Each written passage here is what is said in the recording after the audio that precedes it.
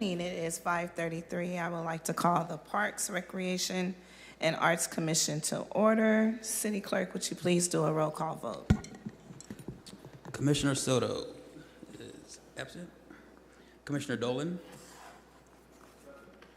Commissioner Kucharski. Present. Commissioner Collier. Commissioner Barraza. Present. Commissioner Singh is absent. Commissioner Miller. Here. Vice Chair Ward. Present. Chair McCoy. Present. We have a quorum. Thank you. We will now begin with the Pledge of Allegiance. Will everyone please stand? Ready, salute.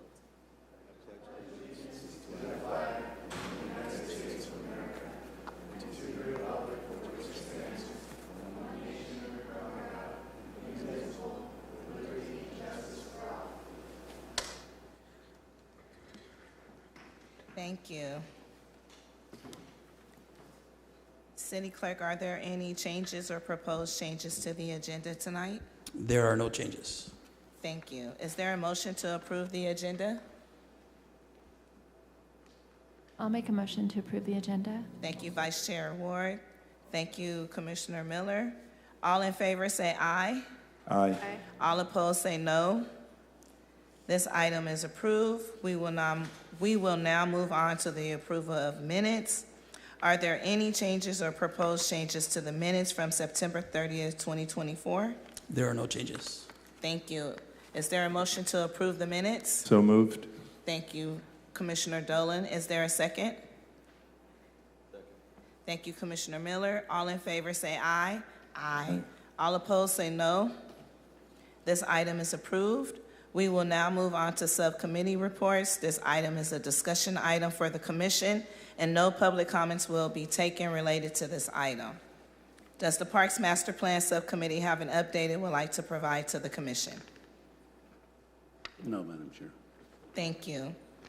Does the Highest Needs Neighborhood Subcommittee have an update it would like to provide to the commission?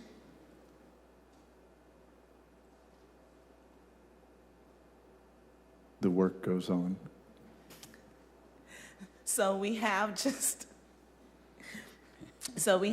released the survey, and many of you should have received an email. It's going to be at a lot of our community centers, so please share it with your network of residents and friends to have them take the survey so we can get the definition of the highest needs neighborhood so we'll be able to do our work. And that's all I have for right now. Does the San Joaquin River Parkway Subcommittee have an update it would like to provide to the commission? Yes, we have a meeting this Thursday, October 17th, from 9 a.m. to noon. We're going to do a tour of some of the properties on the San Joaquin River Conservancy and I think the River Parkway Trust.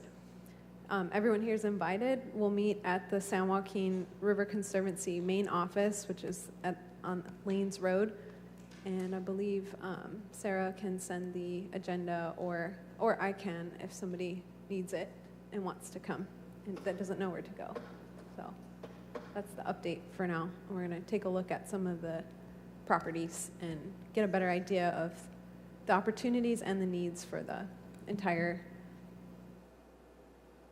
parkway. I guess the word parkway. Thank you. Thank you. We will now move on to member reports and comments. As a reminder, this is a time for commission members to report anything they feel important for the public or commission to know, but it's not a time for discussion. Commissioner Barraza? Yes, Madam Chair. First of all, I'd like to extend an invitation to members of the public and to members of this commission to attend a community meeting to take place Tuesday, October 22nd, regarding the next steps on the creation of a Southeast Fresno Cultural Arts District. The City Council has approved the creation of that type of district, and now the community is becoming engaged to take the next steps that are associated with that. We're very grateful to Executive Director Lilia Chavez from the Fresno Arts Council and Councilmember Luis Chavez, who will be attending and will be on the program. And we're excited that in addition to discussing our arts district, we also want to inform the community of the opportunities for funding that are coming up from the Measure P program. Additionally, I also like to share some very good news on the good work of the Fresno City Parks Department, and that has to do with the awarding of a contract to a vendor or a contractor that will start it's between $8 and $9 million project in Southeast Fresno at Peach in California or somewhere around there. We never could tell exactly where it's located. But it's exciting, and very likely in the month of January, there will be a groundbreaking ceremony, and we'll make sure that we inform the community when that happens. But it's a success story among the many other success stories that are coming up in the Parks Department. Thank you, Madam Chair. Thank you, Commissioner Barraza. Commissioner Singh. Yes, I do have some community updates I'd like to share. The Punjabi Sikh community is marching from Bakersfield to Sacramento, and they'll be passing through Fresno later this week. They are marching actually because there have been multiple shootings and targeted persecution of Punjabi Sikhs, including even by extremist groups to portray Sikhs here in the U.S. as terrorists. And so they're marching to, and this whole phenomenon is called transnational repression. And it actually does seep into the safety of our community here in Fresno as well, and how safe they feel at parks, how they feel coming to these sort of meetings. And so I'd like to invite all of you to come and march with us. You can find all of the details on jakarta.org/1984 March, and you can see the schedule there. We'd love for you all to join us, take part in community, and just take a stand against the injustices that are occurring to our community here. But yeah, that is my update. Thank you, Commissioner Singh. Commissioner Miller. Nothing for me. Thank you. Vice Chair Ward. Nothing, thank you. Thank you. Commissioner Kalia.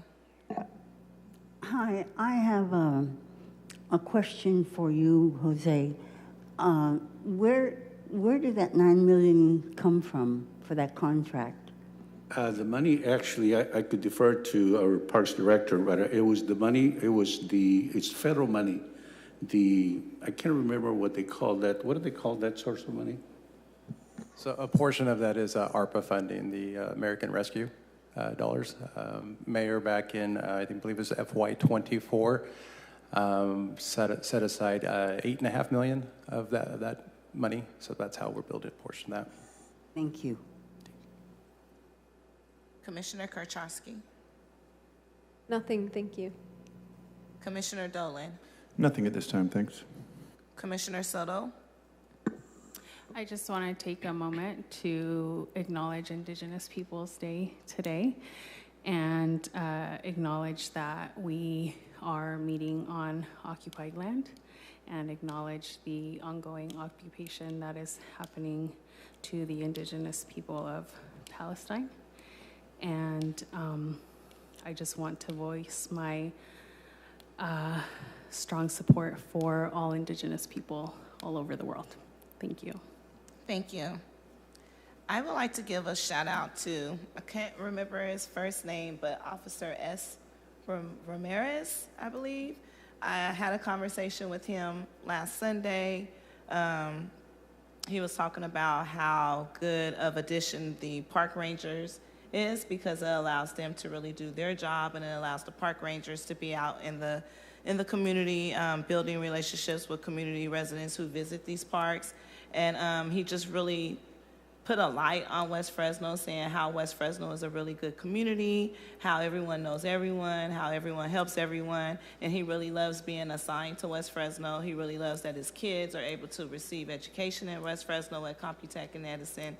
And I just told him that I wanted to give him a shout out and thank him for shining the light on my community that I grew up at and that made me who I am today, and how we are a big one happy family, and how everyone knows everyone, and how we're willing to lend our support and share our resources, even if it's just little, with anyone who needs it. So I just wanted to give a shout out to him. And we will move on to City Administration Park staff reports and comments. Does anyone from the administration have any reports or comments for the commission? Assistant City Manager Miller had to step out, but I will speak on behalf of the department. Just wanted to highlight, the month of October, there's a lot of activities going on in our community centers. Just this month alone, we have over 27 events going on in our community centers and neighborhood parks. This week, we have 6 events going on, all Halloween themed, ranging from games for youth and families, dances, and movies in the park. Just wanted to highlight where those are occurring this week: Romaine Park, Fink White, Sunset, Lafayette, and Inspiration. And then this coming Wednesday, the Why Not Wednesday down in Fulton, the Parks Department will actually be hosting a pumpkin patch down there. So we invite you all to come down and say hello. And then just one other note, as Commissioner Barraza mentioned, the park there on Peach and the California Alignment just south of Butler, that parcel of land sat vacant for almost 20 years. So we are excited. While it's not Measure P, we are excited, though, to introduce that new facility into our community. Just want to highlight it will have soccer fields that are lit.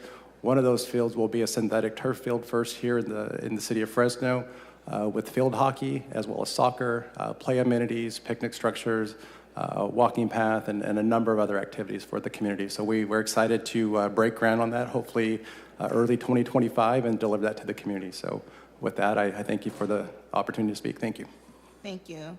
Aaron, the money for that park, that was pre-Measure P dollars that had been set aside for that? So the mayor, correct, allocated $8.5 million, Ed? $8.5 million of ARPA, and then in addition to that, we did add some park impact fees to bring that up for a total construction budget and soft cost allocation of roughly, I just had my number, about $12 million. Gotcha. Thank you. And there's a small chunk of Measure P in there as well. Well, I'm glad to see that park is finally getting ready to break ground. That's how I met Commissioner Barraza. We shined the light on those 49 acres just sitting there, and that community was promised a park. So yes, we did flood a lot of the city council members' phone lines at the time, getting them to get on board to actually keep their commitment to those group of residents in that area and promise to build a park. So I'm glad to see that it's finally happening. Great to be a part of that. That was one of the first parks campaigns that we did to shine light on the disparity between North and South Fresno. So glad to see that that's happening. Congratulations. Did that include your park staff, your PRAC staff update, or do you have it did? Okay, thanks. We will now move on to unscheduled communication. Would any member of the public like to speak on any issue within the jurisdiction of this commission? You will have up to 3 minutes. If you would like to make any comments regarding discussion items, now is the time to do so. If you would like to make a comment regarding any of the scheduled hearings, comments will be taken when each item is called. I do have one card. You want to come now?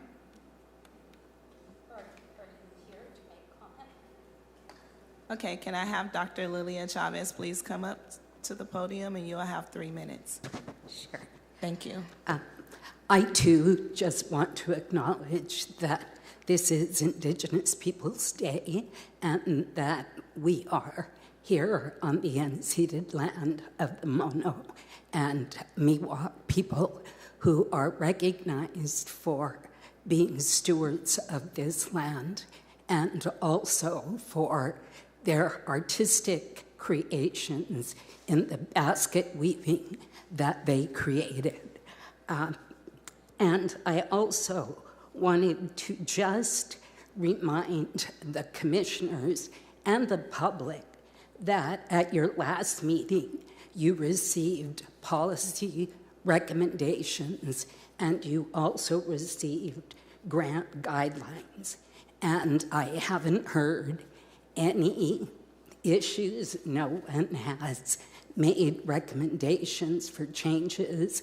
So if you have those recommendations or suggestions, please contact me. And this is anyone in the public, because those weren't made public last time.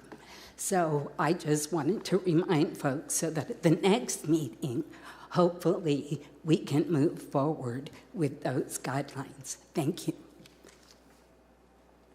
Thank you. Do we have anyone online? There are no speakers online. Thank you. I will now close unscheduled communication and scheduled communication. We will move on to discussion items. ID number 24-1368, discussion regarding the Cultural Arts Subcommittee roles and responsibilities as it pertains to the Cultural Art Grant Fund. As we discussed during the September 30th PRAC meeting, I would like to continue the discussion regarding the Cultural Arts Subcommittee, its roles and responsibilities as it pertains to the Cultural Art Grant Fund. Does any member of the commission have any comments or questions regarding this item? I will go ahead and call on Commissioner Barraza first. Madam Chair, as I recall, we were supposed to get cost information in the process, and at the appropriate time, I would like to see that. So I will refer Chair, to... I can comment on that. Okay. I think we can get you costs. They're going to be incomplete until we truly know the scope of the committee, what the needs are as far as room, security, frequency of meetings. We can get you an idea of a few of those, but until we have a true defined scope, I can't get you an accurate cost. We have a small piece of those like security, room reservations, but again, until I have frequency and what other items that are needed, I can't get you a true cost at this point. But aren't you, I'm sorry, I just wanted to follow up. I'm sorry, Commissioner Barraza, but aren't you able to get us even just an example or a template of if we decide to meet twice a month, this is how much this will cost. If we decide to meet on a weekly basis, this is how much this will cost. So we can have some type of idea of what we're looking at? Again, I think it's going to be incomplete without knowing, the staff cost behind that. What are the demands of staff, whether it's my team, whether it's city attorney, whether it's city clerk, the agendizing of the agendas, like what's going to go into that's really going to, I can give you the reservation fee, I can give you securities fee, but again, that's all I'm going to be able to give you until I really know, again, what are the needs of staff and other outside agencies, whether it's CMAC, if there's a cost for that, to have that publicized and so forth. I wish that we were told this last meeting, because this is something that I requested for the commissioners to have in order for them to make a decision on, do they want to keep the subcommittee or is it too costly to keep the subcommittee? And I can give you what security numbers would be. It'd be about $8,000 to $9,000 on a monthly basis to have one meeting. That's just security. Room reservations, if you wanted to use a parks facility, it's $45 an hour. Again, not knowing the demand of, like I said, staff and other groups, I could build you an estimate that's, again, a lot of assumptions built into that. But again, I don't really want to give you a number that's going to be inaccurate until I kind of have an idea. Is it monthly? Is it bi-monthly? What is the scope? I think that it would be the three commissioners that were on the subcommittee in the first place. I can't speak for them. I can pass it to Vice Chair Ward, and she can talk about and get into details of how the subcommittee will work and how many times they would like to meet. How the agenda will be publicized, but this is information that we asked for so we can have some type of idea to see it in writing. It's fine that you just gave it to us right now, but this is something that I asked for all the commissioners to be presented with so we can make a decision. So I will pass it to you, Vice Chair Ward. Okay, great. Thank you. Yeah, I was sent an email by Jennifer, I think maybe a week ago, asking how many times the Cultural Arts Subcommittee met after we had finalized the Cultural Arts Plan, and then kind of through the last work that we did. And so I looked just back at calendars and saw that we met about 8 to 10 times. And I indicated that that was maybe a little bit higher than what it would be in future years going forward, because that involved developing policies as we were in the process of implementing the program for the first time.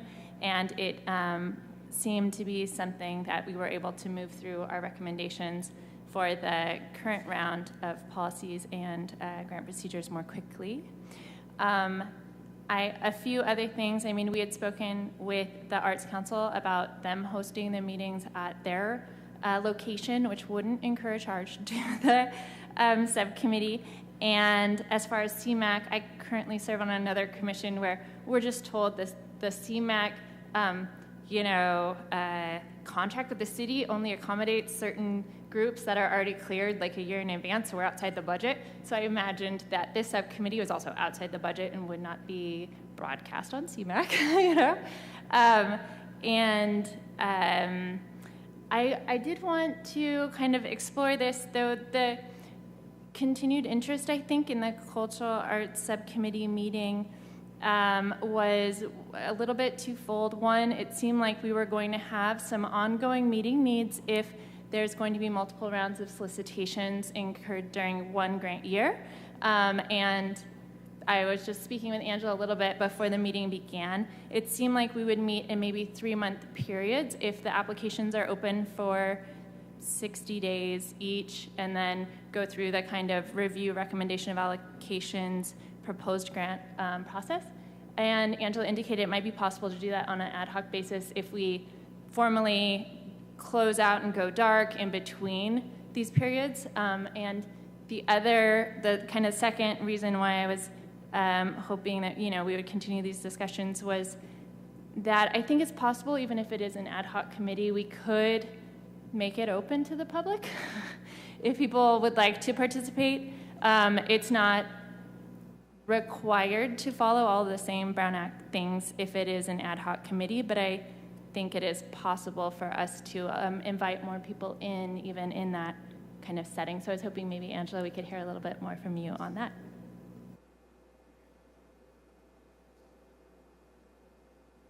Yeah, so if you could technically do a shutdown and then recreate when it's necessary, because the commission is the one who passes a resolution to establishes the subcommittee. So you're not having to rely on the council for approval. So you can open it up, do what you need to do, shut it down for that time period, and then just, next meeting or whatever meeting, pass a new resolution that extends whatever the next round would be. And then it can be like an ongoing. And once, we have a template, so that should be easy to be able to just create, get it to the commission as quickly as possible, and then get it passed, and then the subcommittee can meet on whatever, areas that they need to be discussing in regards to the Cultural Arts Fund. I don't know if I necessarily would recommend doing the full Brown Act or having it open to the public, because there may be some legal things that we'd have to follow. But that doesn't mean that we couldn't put it on the agenda as its own separate item for this current, as maybe a hearing item or, a discussion item, which would allow, people to come in and specifically comment on those particular areas of whatever, the Cultural Arts Subcommittee is currently working on. So, Angela, what I'm hearing is that the subcommittee wouldn't disband? So it would. So what would happen is you would pass a resolution, and in the resolution you would kind of go over what the subcommittee would be doing for that project or that particular, what their job duties are. Once that job duties have been completed, it pretty much self-terminates once they've completed their job. And then as soon as the subcommittee is ready to meet again, we can, the commission can pass another resolution establishing the job duties. And so you would have to pass a resolution each time.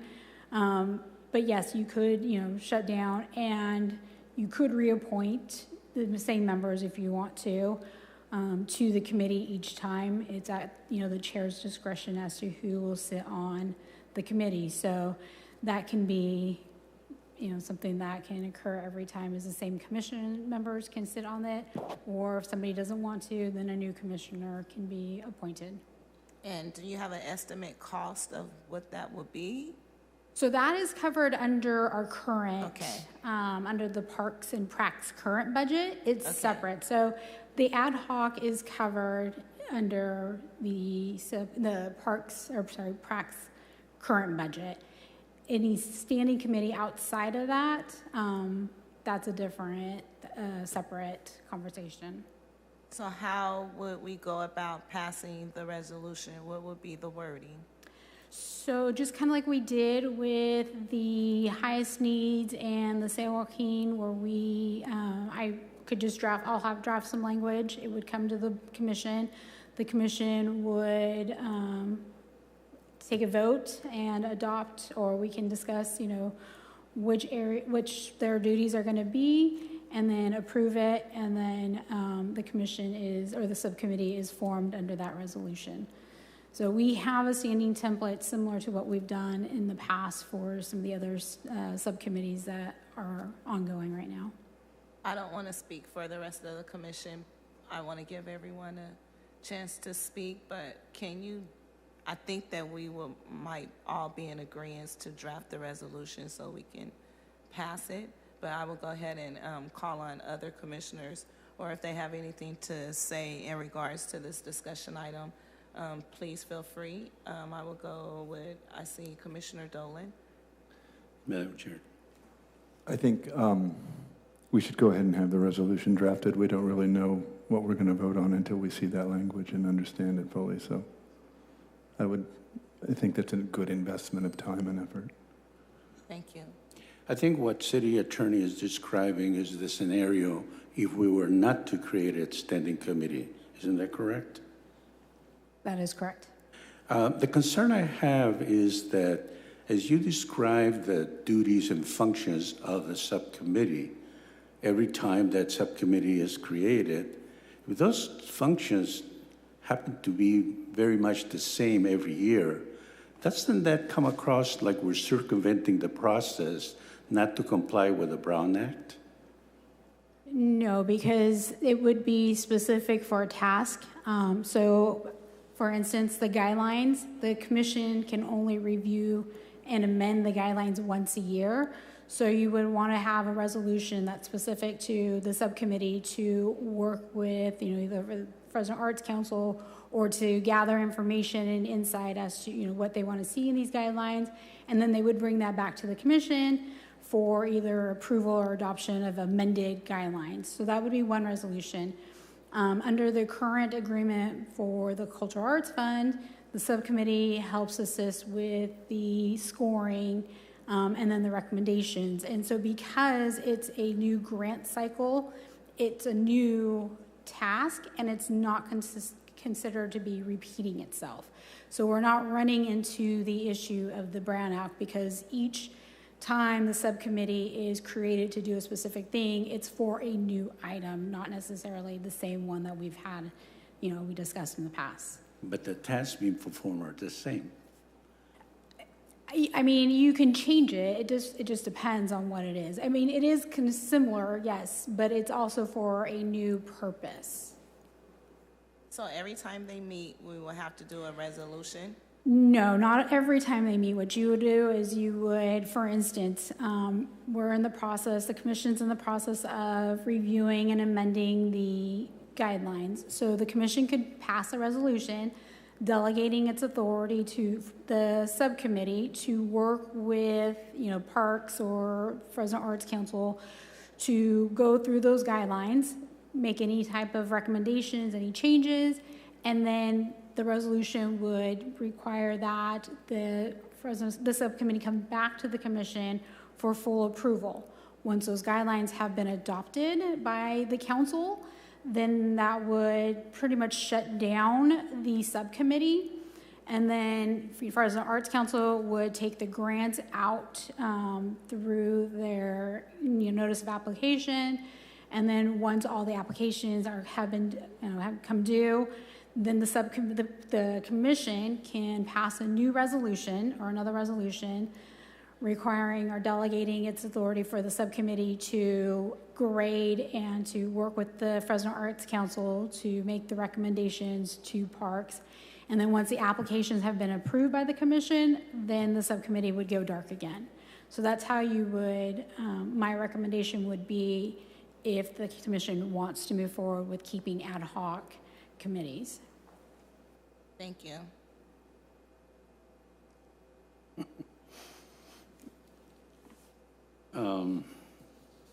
So the cost matter still is not clear as to, I know there was some discussion at our previous meeting, and I stated repeatedly that funding of Measure P is eligible to fund a standing committee. Is that correct? Is there anybody that has a different answer than So the PrAC budget has already been approved by council, and so it's my understanding, the budget has been set, and it would have to go to council for approval if you want to, make any changes to the PrAC's budget. And when will we know what that fiscal impact is? I would have to defer to the administration on that. Again, without a clear scope, we can get you an estimate, but it's going to have a lot of assumptions in it. We can have that to you by early next week. When you say assumptions, what do you mean? Just estimated costs? Estimating, again, staff time. I don't know how much staff time city attorneys are going to require, how much staff time and who from my team would be associated with that. So again, I can give you an estimate, but again, it's going to have a lot of assumptions, and best guess is on my end on what that would look like.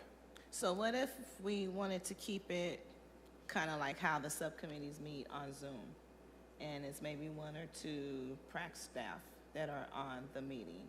Then what's the estimated cost of that? I think, are you talking Monday through Friday, 8 to 5?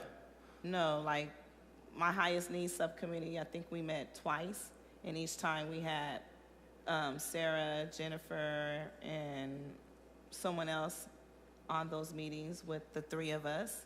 So what's the cost of that? But again, you're talking about normal business hours, normal operating hours, Yes. correct? Yeah, not on the weekends. Right, so I don't see an impact on that piece of it. Now, if you want to have meetings beyond that, maybe community meetings, and have them in a facility such as City Hall that's going to require security and things of that nature, then yeah, of course, then that cost would be higher. But if it's through our standard Monday through Friday operation, then I don't see a major impact to any budgeting items on our end.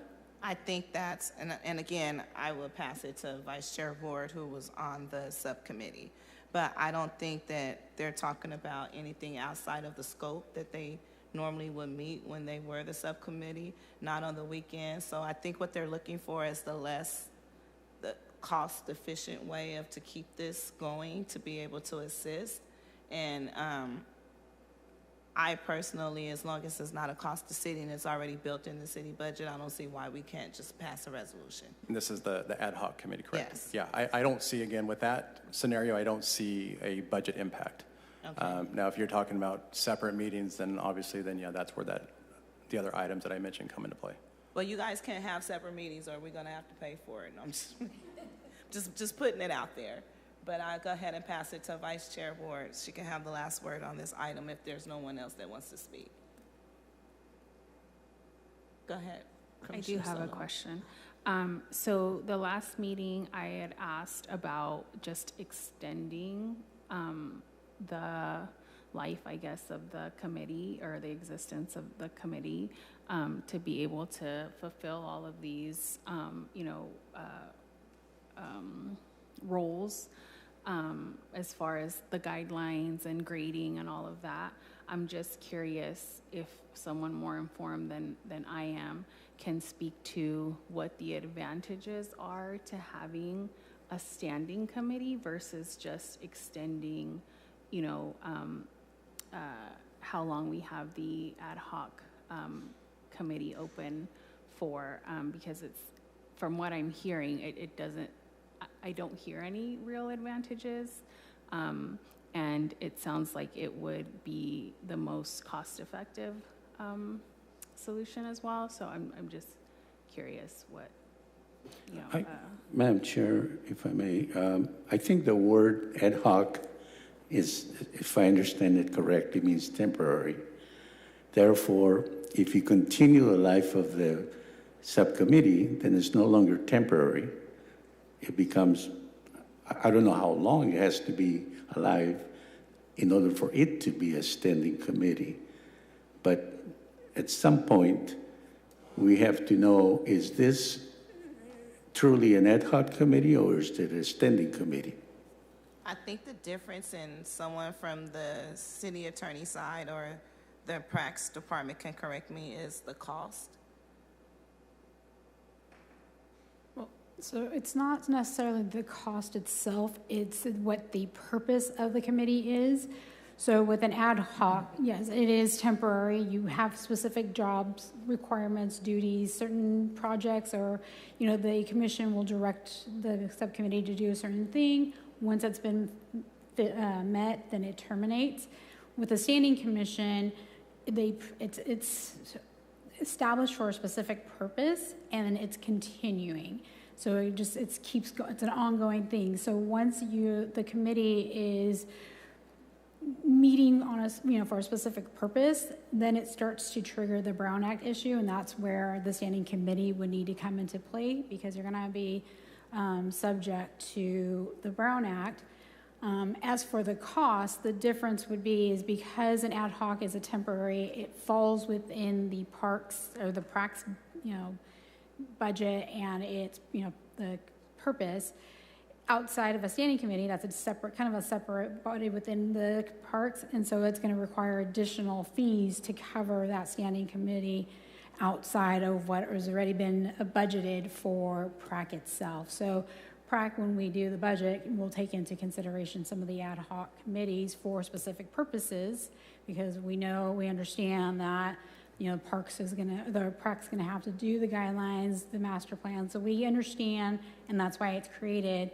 Outside of that, it's not budgeted, and therefore that's not something that's going to be covered necessarily under this budget, and that's where the fees are going to be an issue.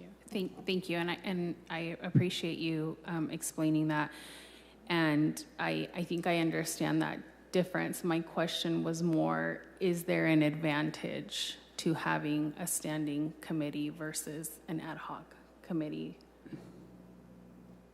I'd like to, if I may, clarify the requirements for the ad hoc committee as it pertains to it being a public meeting. Is that required, that it be a public meeting?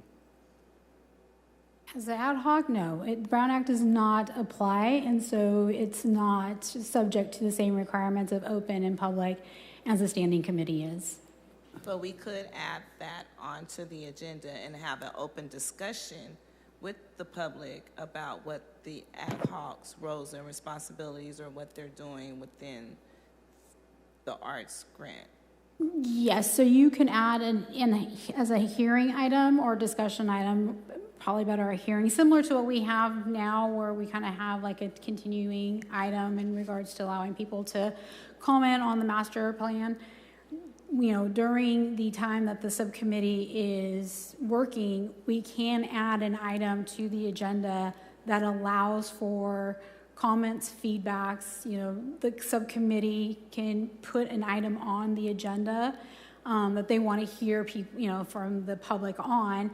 And then as long as it falls within the guidelines of their resolution and their duties, we can add that to the agenda. And so we can have an item on there that allows the people the opportunity to give public comment and to speak and then provide feedback to the subcommittee.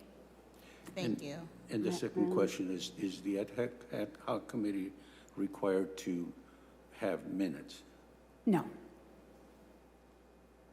So there's the difference.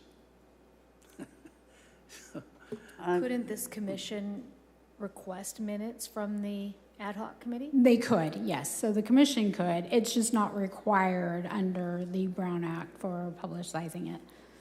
So. Commissioner Collier. I was going to say, wouldn't determining whether it should be a standing committee or an ad hoc depend on what you're trying to accomplish and what the goals are?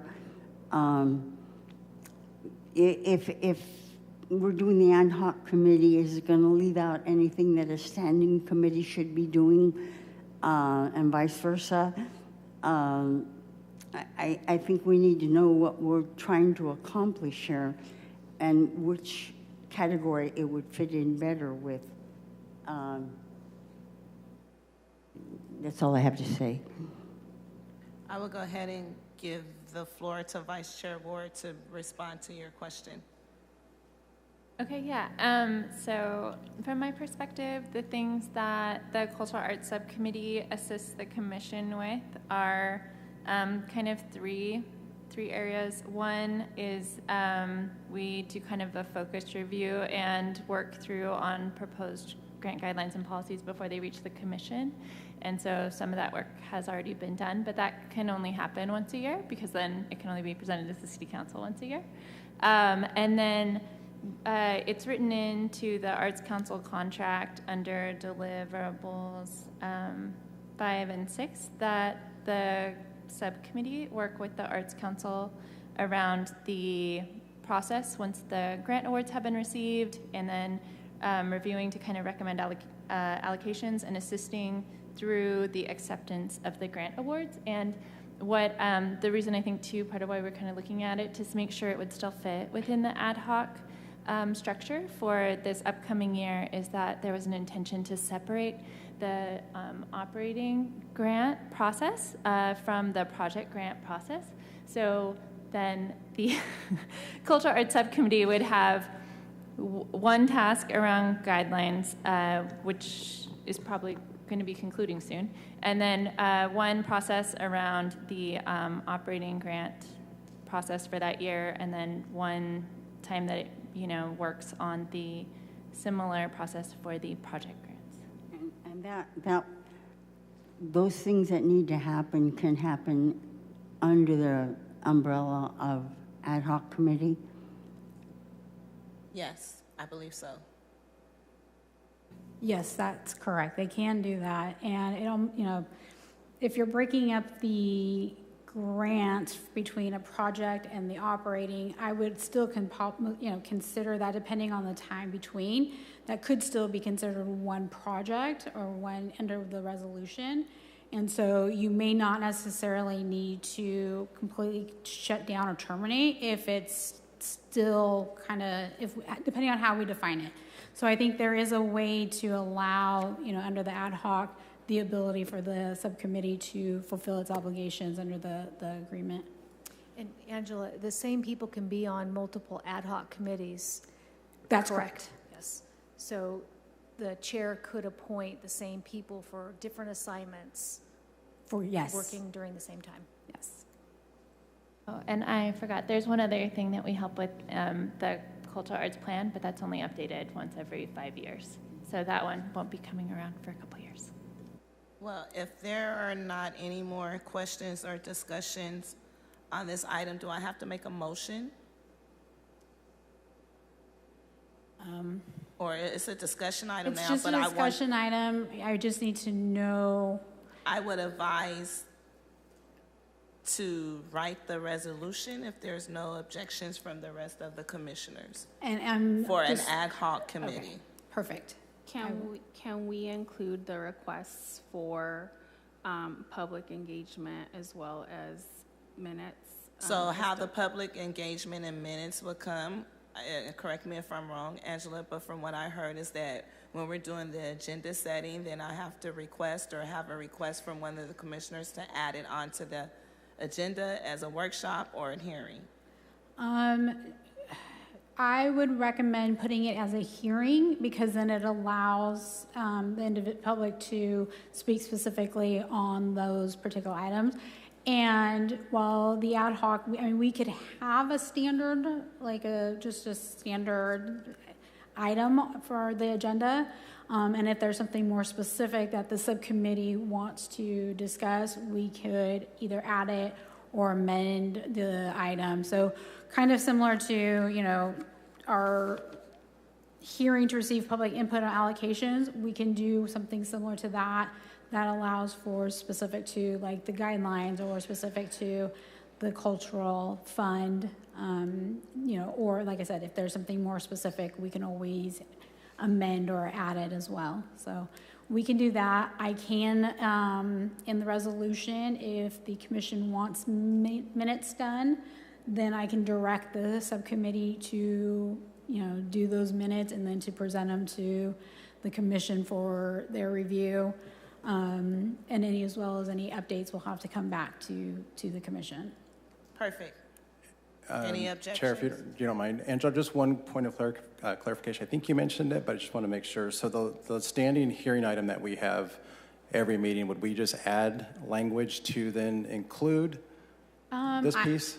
I would make it separate. Oh, okay. Just because when and if the ad hoc, when they finish their item, or whatever they've been tasked with, then we can remove that item and then tweak it as needed or add it as needed moving forward. But I would make it its own separate issue. Perfect. Thank you.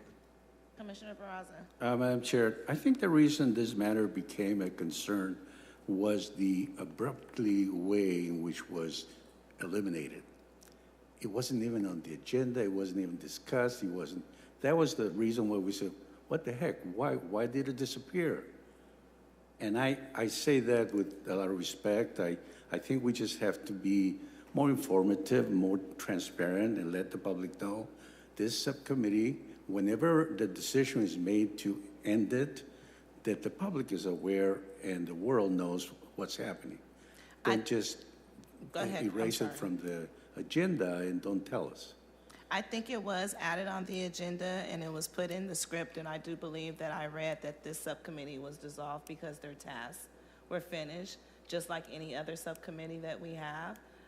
But it was a desire of the public and some of our commissioners to keep the subcommittee in order to be a guide and work with the Arts Council. So I believe that's why we're having this discussion tonight. But I did read it out to the public that they were dissolved. Just like a couple of years back, once the highest needs completed their tasks, they were dissolved. But once it was time for us to redefine the definition, then there were new members pointed to the highest needs subcommittee to be able to assist WRT with the highest needs definition. The difference is that the Cultural Arts Subcommittee has other tasks that other committee didn't. They ended their function. It was quite understood. You eliminate it. You start a new review of the process, then you reenact it or recreate it. But I'm okay with it. I think we can agree to disagree. I think because this is such a brand new thing that we as commissioners and the public and the Fresno Arts Council has worked on, that it was desire of the subcommittee to keep going, to be in partnership with the Fresno Arts Council. But at the end of the day, we all got what we wanted, so we're going to work on a resolution to create an ad hoc to keep working with the Fresno Arts Council to make sure that we have a fair and equitable and equality process moving forward. And I think that's what the bigger goal was for us here. I could be wrong, but for me, that was the biggest goal. And just to make sure that we were able to establish that without worrying about the cost of a standing committee versus an ad hoc committee. So I'm very happy that we're able to have that and still be able to work with the Fresno Arts Council. Because when it comes to cost, I don't know if we would be where we're at right now in this moment if we had to figure out how we were going to pay for all this. The cost is still fuzzy. I don't see a clear picture, especially when you have an ad hoc committee that's doing basically the same. You create a standing committee and all of a sudden everything becomes very expensive. No, that doesn't make sense. Well, we did request for that. Not saying that we're not going to get it. Hopefully we will be able to get it so we can compare the difference of the two. But we can always agendize it and have another discussion about it if certain commissioners are not happy about the decisions that were made tonight in order for us to be able to move on. And if I could add, the cost comes into play because a continuous committee requires Brown Act compliance, and Brown Act compliance is what drives the requirements for the public, the noticing, the city clerk, the attorney. The ad hoc committee doesn't have that element, so while you still can incorporate the public into it, you're not required to have it publicly noticed in a public location that folks can go to. Correct me if I'm wrong, City Attorney. No, that is correct.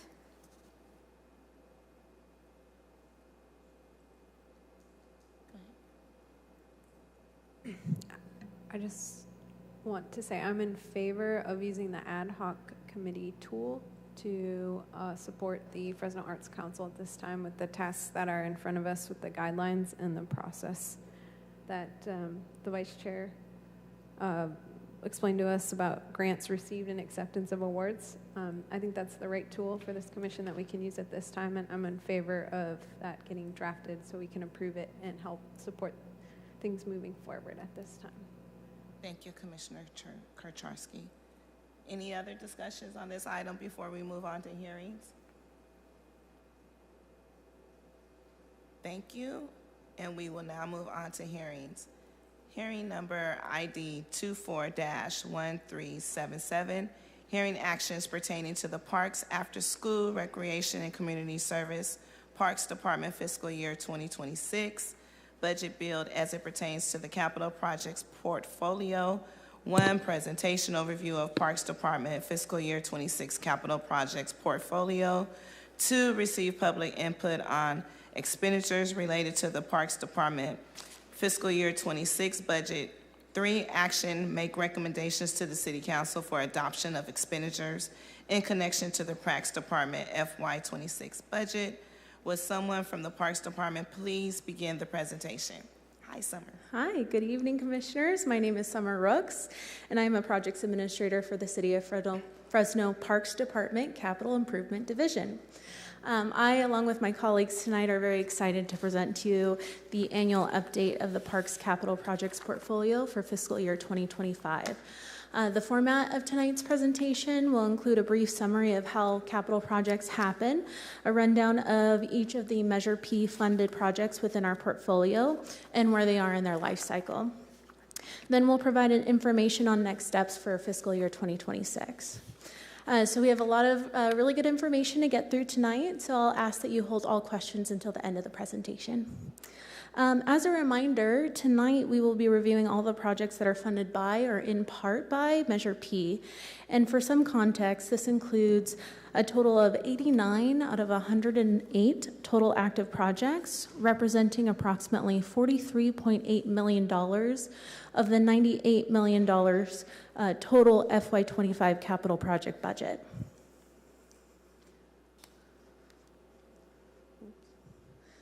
Alrighty. So how do these projects happen? The project life cycle for the Parks capital improvement projects typically takes 6 main phases. The first phase within initiation typically begins at the start of the department's budgeting process, where new priorities or needs are identified through our many stakeholders that we encounter every day, including members of the public, our staff, this commission, the city council, and of course the city administration. Within the initiation phase, we're planning and going through a scoping process to identify the need, the possible solution to the need, possible resources required, and the possible implementation strategy. Within this phase, we may actually work with several partner departments, including the Capital Projects Department and the General Services Department, to assess the project and estimate based on experience what the project budget should really look like. And at the end of this phase, we actually come away with a project charter signed by all parties to ensure that all of the project partners are on the same page as far as strategy, delivery, and expectations. This initiation phase also includes an acquisition process that may be needed for some of our new park developments.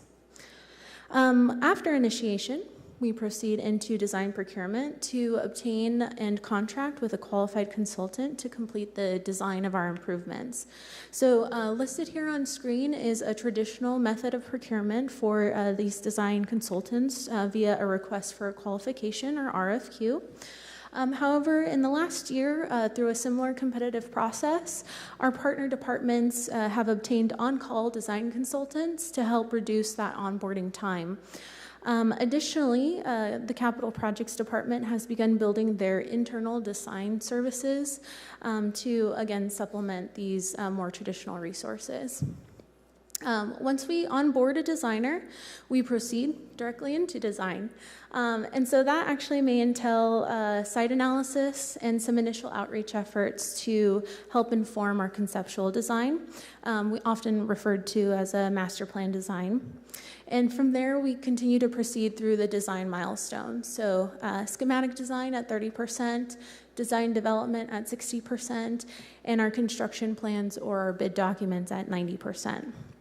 And typically, throughout this design process, our permitting and environmental analyses are running in parallel.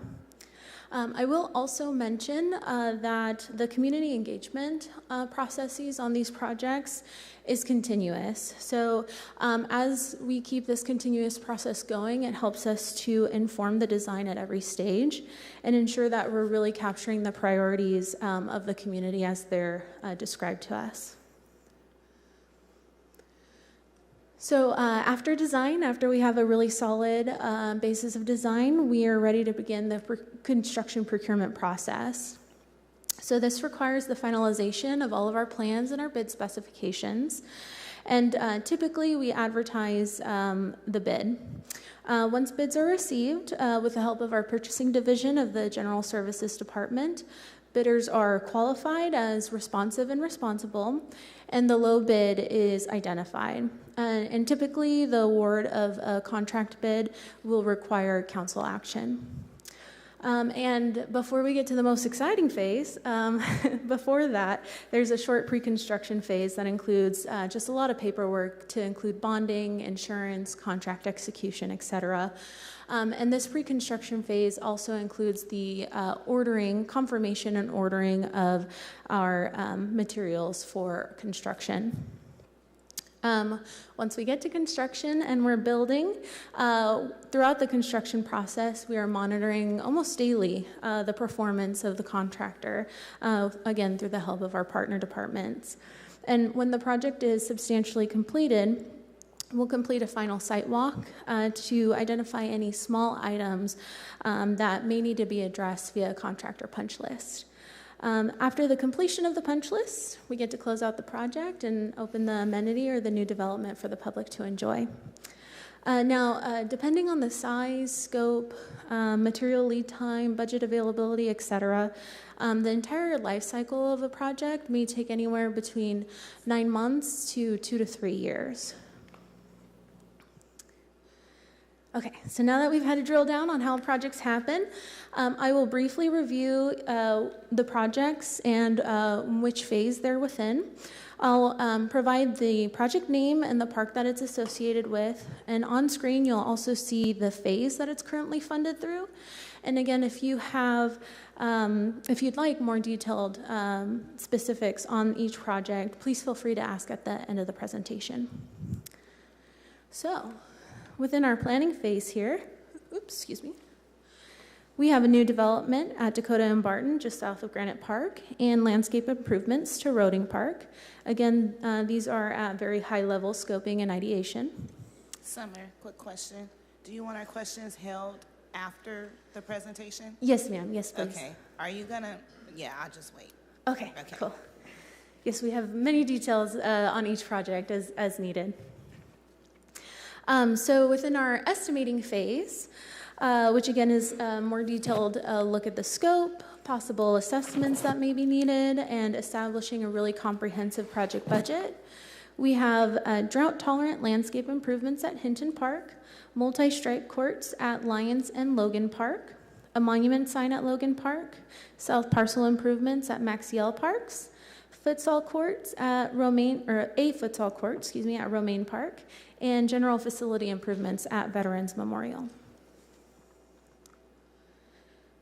Within our design phase, which again, this phase encompasses all stages of design from master planning or conceptual phase through our construction plans, we have a new small dog park at El Radka, play area improvements at Bigby Villa and Lafayette, a major park rehabilitation at Dickey Playground or Dickey Park, restroom rehabilitation at Fink White, a West Fresno Community Center planning project where we're rehabilitating and master planning for rehabilitation on our Frank H. Ball, Mariella Brown, Maxiel Parks, and Sunset Community Center, restroom replacement at Holmes, court resurfacing at Lafayette, a splash pad at Manchester, a new HVAC installation at Maxiel Parks, play area improvements at Maxiel Parks and Nielsen, a major rehabilitation of the entire Milburn Overlook, 5 Fresno Metro Flood Control District dual-use park basin sites, rehabilitation of the full Quigley Park, multi-use courts at Roding, restroom upgrades at Roding, a learner pool at Romaine, and that's the improvement to the existing learner pool. Oh, I should be cycling through these, excuse me. Pickleball courts at Rotary East, play area improvements at Rotary East and Sunnyside, a major rehabilitation of San Pablo Park, a brand new community center at this Blackstone and Holland, which is our new senior activity center, green space improvements at Ted C. Wills, phase 2 of our Trolley Park development, and pickleball courts at Woodward Park. And the next 2 slides here are actually really good examples of 2 different projects that are within different phases, different design phases. The first here that you're seeing is the West Fresno Community Centers Planning Project. Again, we're creating master plans for 4 of our West Fresno community centers at Frank H. Ball, Mariella Brown, Maxiel Parks, and Sunset. Over the last 9 months, we have really tried to engage with the public to understand not only the immediate needs, but also the long-term vision the community has for each of these 4 centers. And just recently, what you're seeing here are our unveiled master plan concepts that we just released earlier this month. We will continue to gather feedback through the end of November and hope to finalize these master plan concepts by February of next year. From there, we'll use these master plans as a basis for design and to secure funding and proceed into construction in subsequent years. And the second example I'm showing here is the Senior Activity Center, an incredible facility that's soon to be located on Blackstone and Holland. The project actually underwent a real extensive community outreach in fiscal year 2024 to inform the design, which is now a 34,000 square foot, 2-story facility that includes a cafeteria, a kitchen, several multi-purpose rooms, a gym and aerobics room, art room, technology room, and several outdoor features, including a heated pool, a pickleball court, bocce ball court, and a teaching garden. The project will be entering within the next couple of months the 90% phase, so we're very excited for that. And now to continue the presentation and take us through the next phases, I'll introduce my colleague Joseph Portali.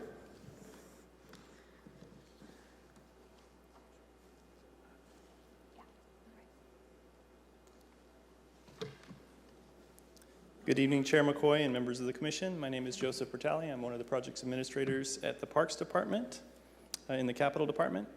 And as some of, sorry, hold on.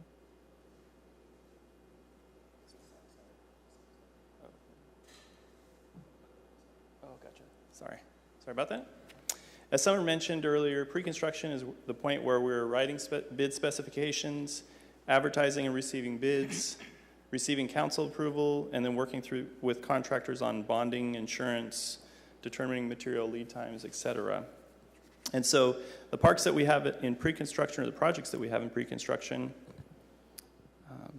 we have a pedestrian access at Belcher Park, perimeter wall work being done at Cal Tutman, or California Tutman. We have 6 play area improvements at California Tutman, Romaine, Cary, Logan, Orchid, and Vinland.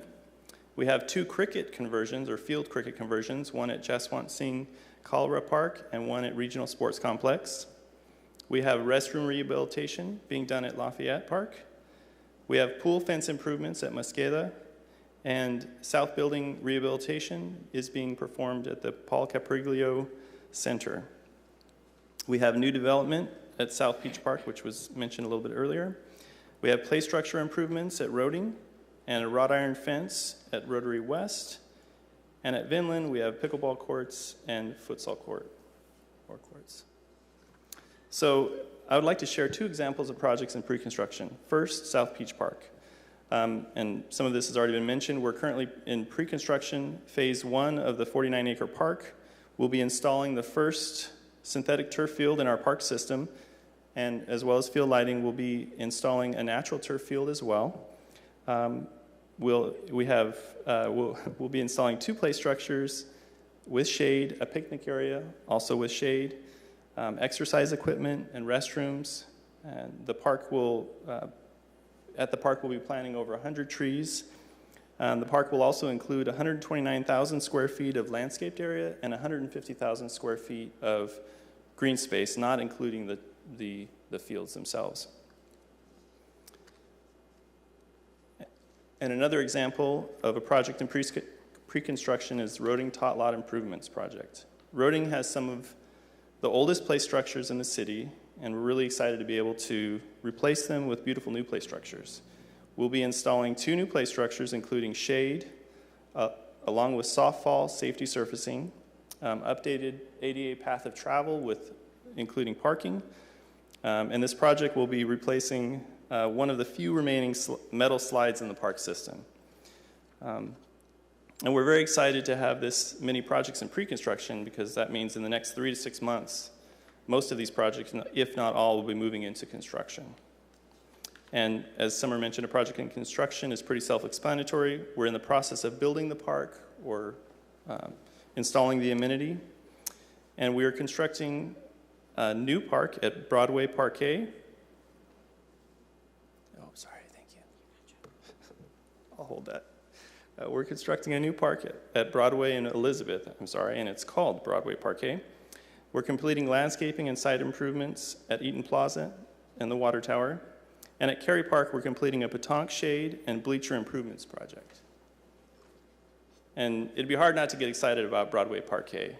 This park broke ground on September 18th. It's 0.66 acres of water-wise, accessibility-focused, and it will include a fun play structure with interactive music features, soft fall safety surfacing, a picnic area with shade, and green space for the community to enjoy, along with benches and the like. This initiative addresses community needs identified through extensive community engagement, aiming to create design features that capture the neighborhood's unique character and essence. So,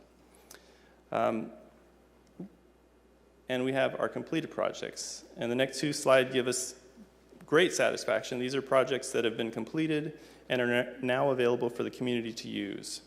And this year we completed projects at 26 locations.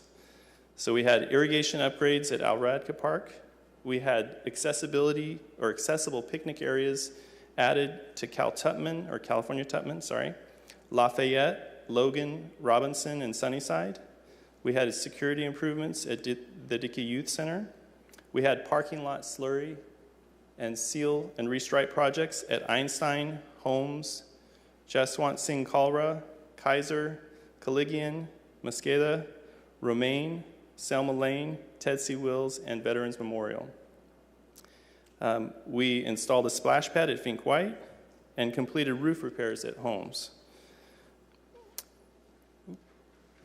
We also completed bleacher upgrades at Logan. We had court resurfacing at 2 parks at Orchid and Roding, and turf rehabilitation and upgrades at Pillabos.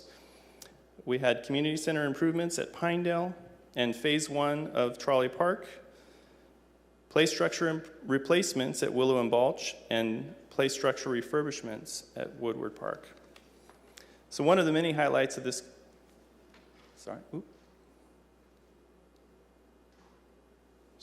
One of the many highlights was the completion of Trolley Park Phase 1, where we joined 2 separate parcels and vacated a right turn lane to to create a 0.36 acre park at Van Ness and Weldon. Based on the input from the community, the park includes a central green space and plaza, a play structure for 2 to 5-year-olds, a bocce ball court, 3 exercise stations, accessible paths and benches, a picnic area, drinking fountain with a dog bowl. We planted 19 new trees and added on-street parking, including accessible parking. And we included design elements recognizing the neighborhood's unique character, as well as Fresno High contributed to the design with student design and built mosaic waste receptacles. And as Summer mentioned before, we're fortunate to receive funding for additional improvements through council motion with Trolley Park Phase 2 to include lighting and shade and a completion of a mural. So at this time, I'd like to turn the floor over to Edward, who will talk about the FY26 budget timeline. All right, so I am here today now to put all of this in context to the FY26 budget process, which, believe it or not, this is our first hearing for.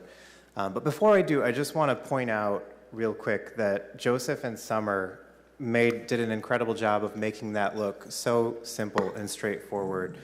But this team over here, Summer Rooks and Joseph Portale, they were a team of 2. They were small but mighty. For most of the year, we finally got 2 additional positions filled in the parks team, and that's the entirety of the folks that are coordinating this incredibly huge portfolio with all of our partner departments. So thank you for everything you do and for making it look so easy.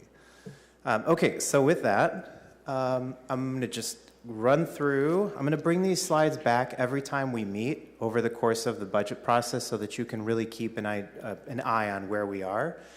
Right now, we're on the capital projects presentation. After this, we'll have a hearing and ask that you make any recommendations that you're ready to make at this time. On the 28th, we'll have a programming presentation for all of our after-school programs, senior programs, et cetera. And then on the 4th of November, we'll be back with our partner departments, landscape and irrigation with Public Works, and the San Joaquin River Parkway presentation also from Public Works, and Beautify Fresno will be here to talk about the beautification elements and the street beautification in Category 5. We'll also invite the police department to talk about the park rangers at that time as well. And then on November 18th, there will be an opportunity for additional motions. We'll review the FY25 budget again and give you one more opportunity to make recommendations before we in the department begin our budget build process. So really quickly, then from there, we will prepare our mid-year budget estimate, which tells us how much money we have going over from FY25 into FY26. So it informs how much money we have to allocate in FY26. At that point then in January, February, we'll actually build our base budget, submit that to the mayor's office for consideration. The mayor will present his budget to City Council in May. We'll turn that right around and present it to you in May as well, in time for you to make any budget recommendations that you have in response to the mayor's proposed budget in June. After that, those recommendations, we'll take all those recommendations back to City Council for our City Council budget hearings before they adopt the FY26 budget by the end of June. So with that, in a moment, I'll ask if you have any recommendations for the FY26 budget. I know this is the first presentation. You will have 3 more opportunities to make recommendations. We have put up on the screen some examples of motions. So motions, and I'll ask Angela if you have any additional guidance on this too, should include a dollar value. So make a motion to allocate a certain amount of money for a program or for the construction of a specific amenity and identify that amenity in that budget. But before we get there, we will make ourselves available for questions. And then of course, the public has any comments or here in the hearing portion of the agenda. Sorry, I'm getting a little tongue-tied. And then ask for you to make any recommendations you may have. But first, any questions? I just have one. Out of the presentation that we've seen tonight, and by the way, very good presentation, thank you. How many of the parks that were listed on here received Prop 68 funding? Of the parks that were on here, so there's 5, the play structure improvement projects that we completed, those are the, not the play structure, the picnic area improvement projects. Those were the 5 projects at Lafayette, Logan, trying to remember all of them here, California Tupman, Robinson, and Sunnyside. Those were initially funded with Proposition 68 funds. It was insufficient to complete the project, so Measure P funds were allocated, I believe, in FY23. But those are the only Prop 68 projects on this presentation. Oh, thank you. Mm-hmm. Excuse me, what, do you know what the budget was for last year? The budget for last year, Aaron, do you have it committed to memory? Are you referring to Measure P or overall parks budget? Which number are you looking for, Commissioner? The park, the monies that you want to spend on these projects. The capital budget. Capital budget. I don't have that in front of me. I don't know if you have. Yeah, I don't want to misspeak. I can get it for you. I have it right over there. Do you mind if I run over? No, go Okay. ahead. And just to clarify on that, Commissioner Collier, some of the numbers that you're going to hear are carryover from prior fiscal years, but Mr. Chenevert will explain that once he calculates that number.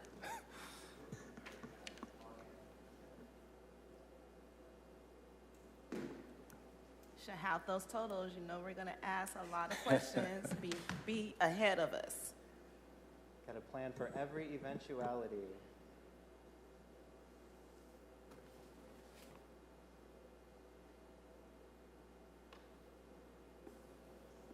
And as I understand you, Measure P money is built into last year and this year? Or? That's right. So the total, it looks like the FY25 adopted capital budget was about $96.8 million.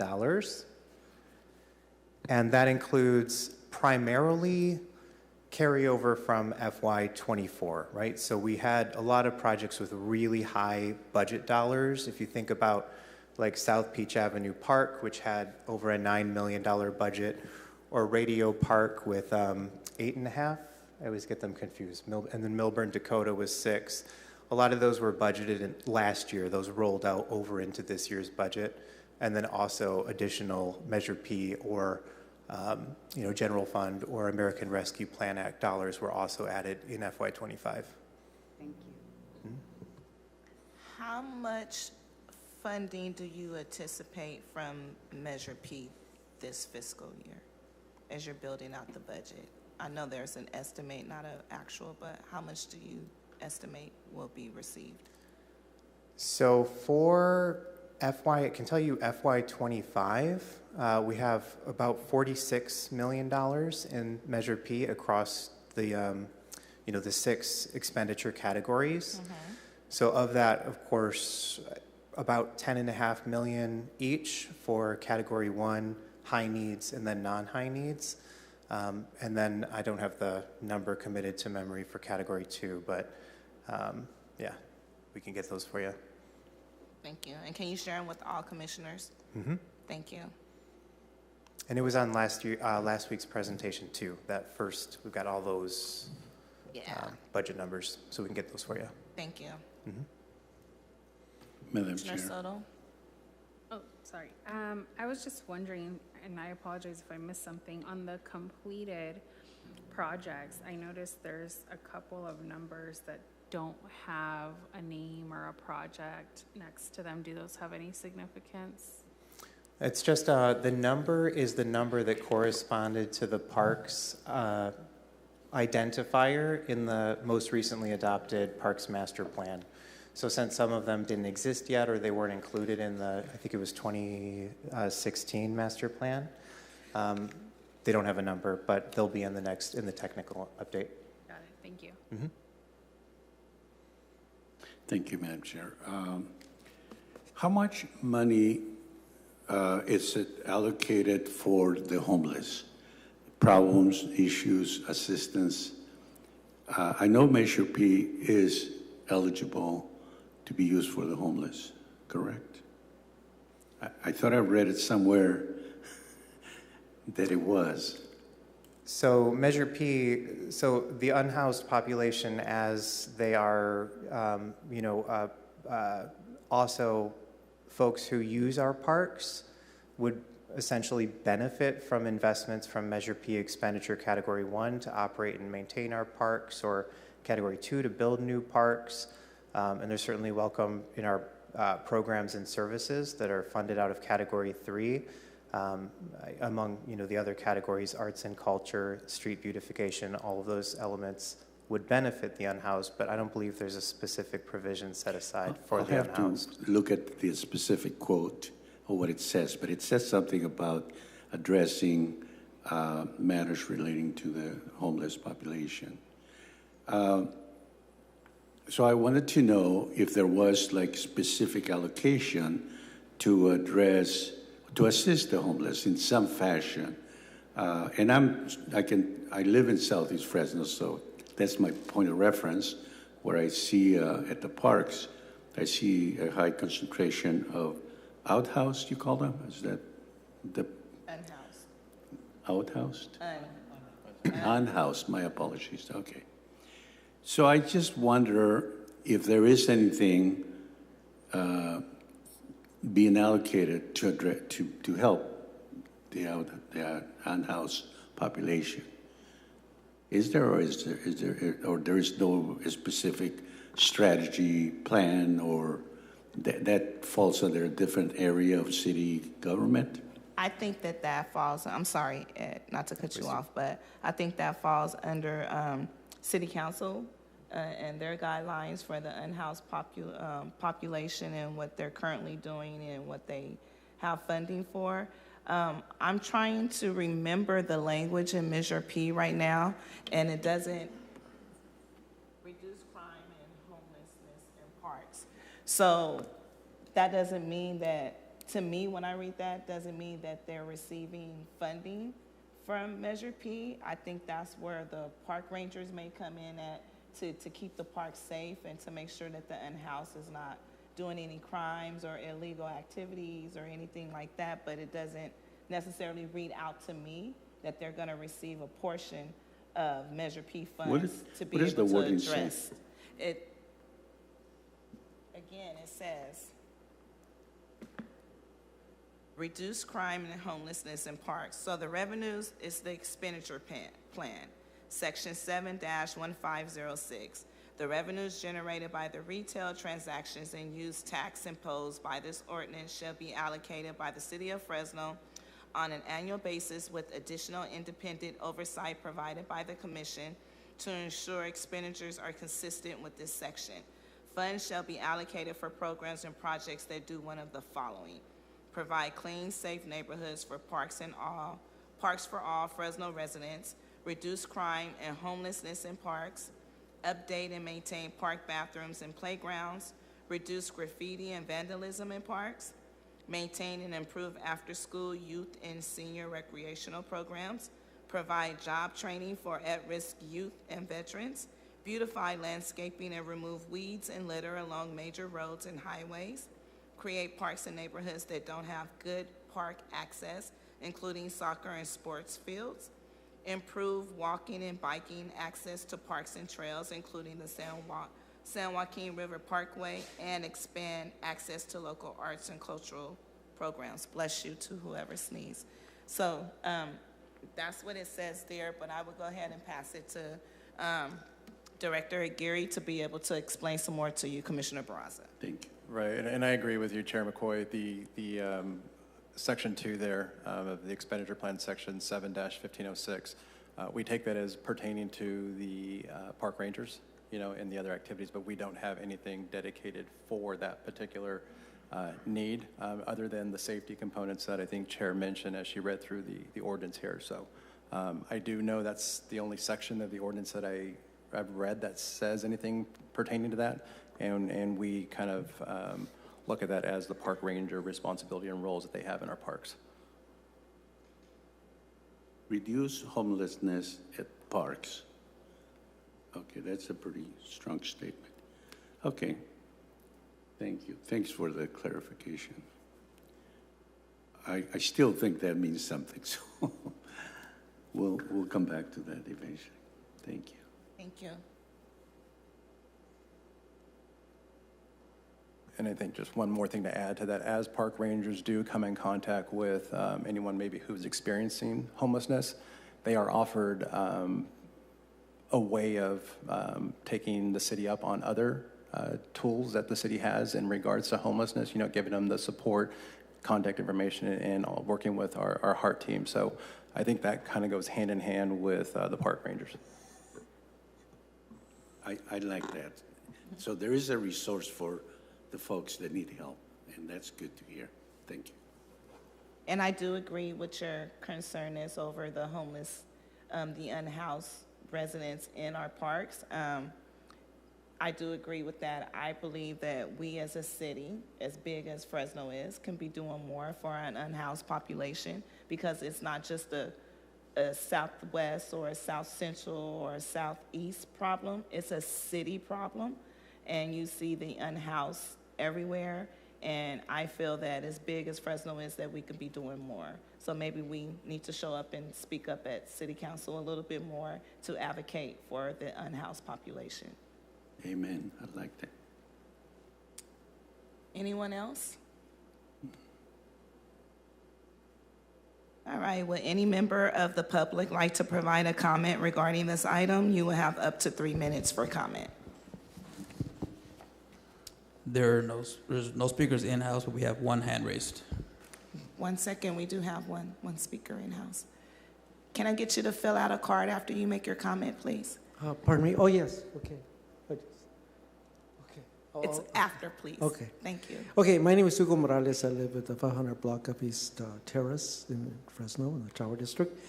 I would like, well, first of all, I really want to compliment the city for all these worthy projects. As we know, the needs in Fresno parks are all over.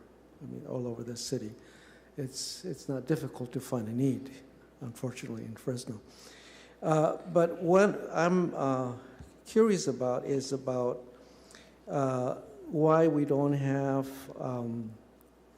any dollar signs after each one of these projects. Let's say the San Pablo rehabilitation, number 43.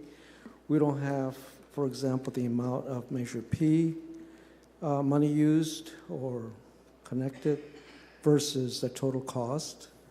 The same with the Woodward Park, pickleball courts. I mean, just an example.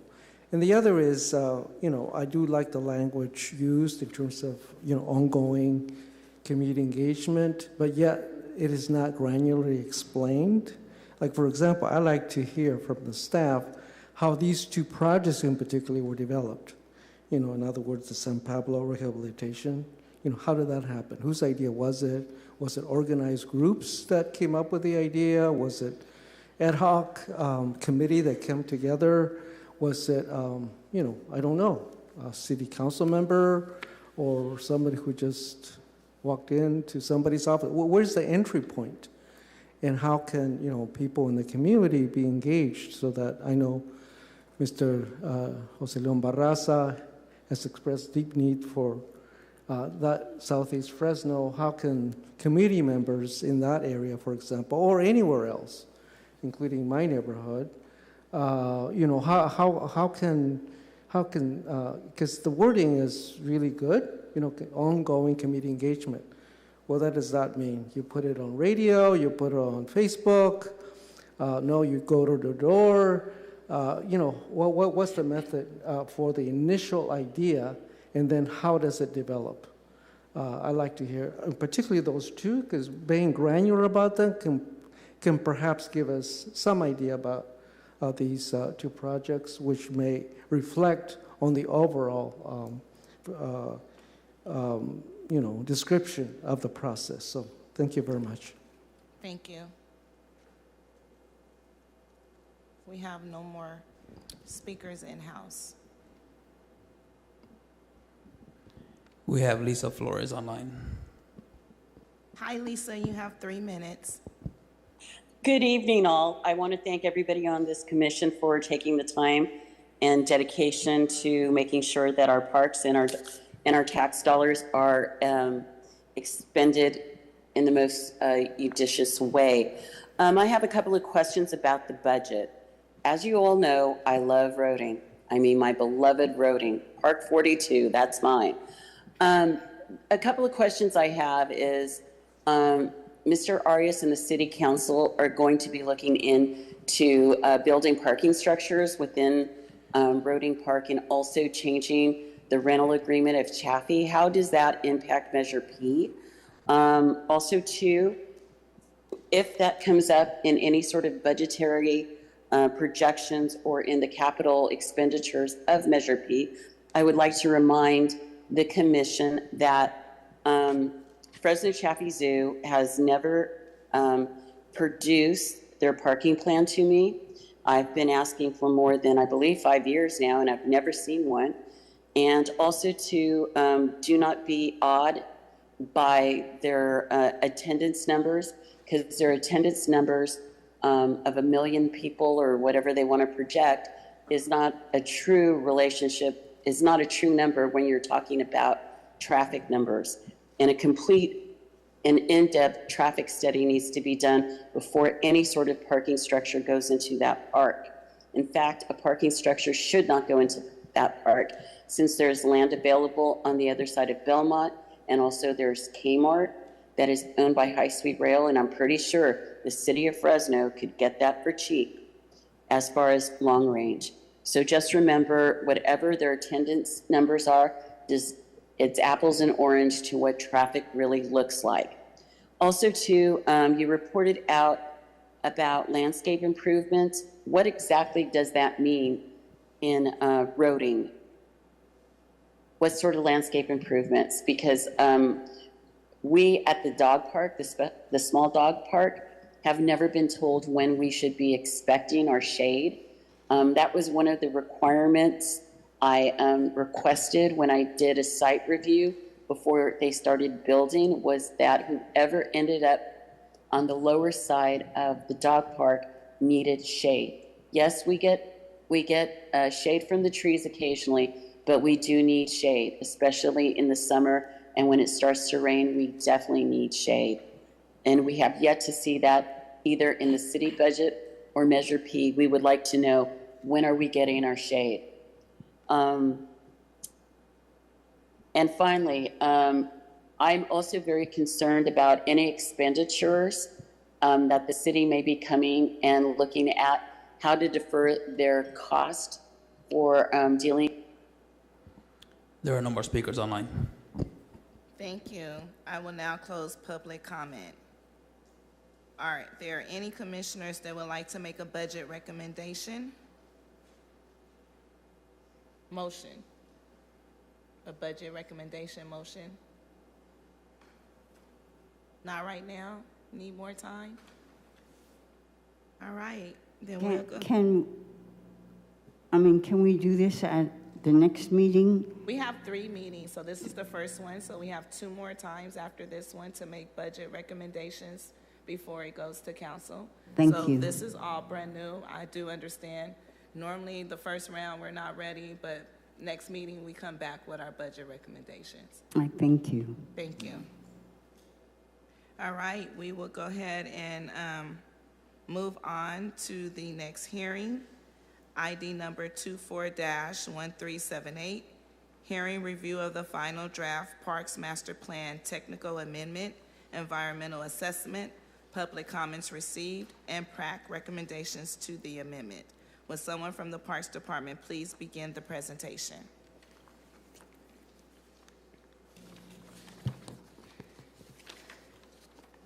Good evening, Commissioners. Sarah Gaitan, Program Manager for the Parks Department. We will be reviewing the Parks Master Plan Technical Amendment draft and where we stand tonight.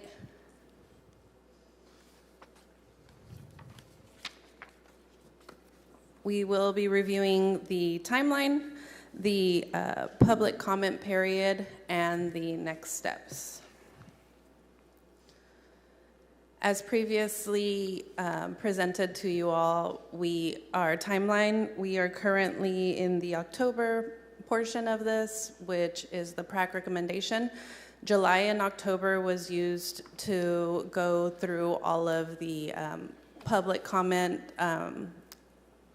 time. And then we also presented the technical amendment to all of the active council district committees and other commissions that are currently active through the city of Fresno. So now we are in our October part of this, which is presenting to you all the finalized draft. And in November, we will be presenting to council pending that recommendation from PRAC. As a little review of our public comment period, the public comment period was July 15th through September 6th. During this time, we received 9 comments from the public. The Measure P ordinance was added to the appendix of the technical amendment, which wasn't before. And we have updated the final draft and the original Parks Master Plan, which can be found at our website at fresno.gov/parks/parksmasterplan. Tonight, the action item is to have PRAC recommendation for adoption to council, and this will lead us to the finalization of our technical amendment. With that, I will take any questions from you all. Thank you. Do any member of the commission have questions, comments, or recommendation regarding this item?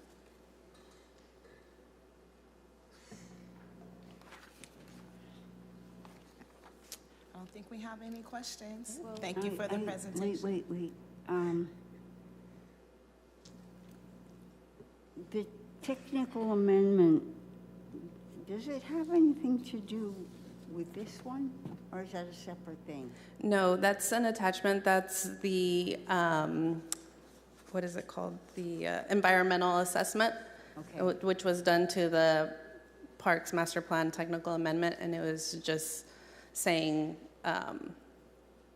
what the assessment was for the Parks Master Plan, which it didn't require any CEQA. But it doesn't suggest anything or regarding technical amendment. I don't quite, are you looking for confirmation on the timeline, or? No, okay. So I'm not sure what you're asking. Okay, no worries, I can explain it. The Parks Master Plan was originally adopted in 2018. Okay. It's this big document. We made a technical amendment to it to incorporate some of the Measure P language, because in 2018, Measure P was not in effect. Right. Measure P went into effect in 2021. So what we did was we provided a technical amendment to the Parks Master Plan just to update with the new funding that is available for parks. Okay. So basically, we can basically say that we agree with that? Correct. You would just recommend it for council to adopt the new technical amendment as the Parks Master Plan. Okay, I like what you just said. I'll make that motion. Oh, sorry. Sorry. Turn my mic on so I can be heard. So before we make a motion, we have to go out to the public for public comment, and then I'll close public comment, and then we can come back to the commissioners and do a vote. So does any other commissioners have any other questions in regards to this item before I go out to public comment? Thank you. Madam Chair, if I could just ask something to refresh my memory. The items that are listed that could get funded in the next round, does this master plan allows that for the public to see, to identify? I remember that there was like a category, but I can't remember what you called it, where a member of the public can see, okay, when is my project going to get funded? Not mine, but I mean, assuming that a member of the public said that. So what would be an area that a member of the public could look at in this master plan to get a sense of how high of a priority that particular project is in the overall scheme of things.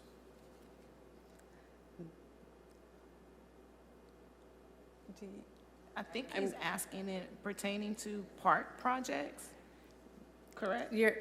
Are you asking if there's a part of the Parks Master Plan that would allow a community member to read it and understand how they can get an update on projects? Because I remember the old plan had a list of, I don't know if you call them high priorities, but it had a name, and I don't remember what it was called. And what I'm saying, this technical update, does it still have an area where members of the public can see their community and say, oh, look, our project is coming up for funding? Is there such a... The plan doesn't outline specific capital projects. It may propose recommendations on what type of improvements to do to the plan, but the plan is really a guiding document for the department to utilize, and that's why it also incorporated the highest needs priorities as well. It doesn't define what the highest needs parks are because of course those get updated every 3 years, but it does outline the process and that the ordinance requires those highest needs priorities to be prioritized essentially based on the highest needs process and the ordinance requirements. But the projects listed in here are guiding recommendations to help us, the department, along with community engagement and along with other input from the PRAC, to be able to identify capital projects that do get added to the pipeline. So in addition to this, you have the highest needs neighborhoods that are going to increase Correct. the priorities. Correct. Okay. I'm just trying to inform the public, what does that mean? What is that master plan? Yeah, the plan is just really the guiding document. It lays essentially a foundation on, what goals and recommendations we're trying to reach, which is why we incorporated Measure P through this technical amendment, because the ordinance does also specifically state quite a bit of those priorities and, how the money is spent, essentially. There, you're welcome. And the Parks Master Plan is updated every 5 years? Plan shelf life is typically 10. 10. Yeah, it takes a lot of years to update. Well, yeah, because the last time it was updated was 1989 before we started working on parks. Correct. So that's why I'm asking the timeline of how long does it take or when is it updated? So every 10 years?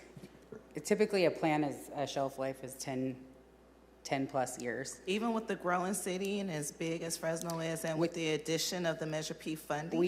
That's why we did the technical amendment to incorporate that. We do know in the next couple years to start planning for a bigger update of the master plan. It's like I said, it's going to take several years to develop an update, a true update that includes community engagement, that includes the full incorporation of Measure P ordinance, and then kind of starting from here, environmental assessments and a lot of all those other things. So those takes essentially probably 3 years to develop and update to get from starting to adoption. So since this is completed, now you're starting to work again for the next 3 years, correct? So you can stay on task. Yeah, Chair, I would imagine, as we're in year, 7 of the original master plan, that we would start planning to get ready for that 10-year cycle that Jen talked about.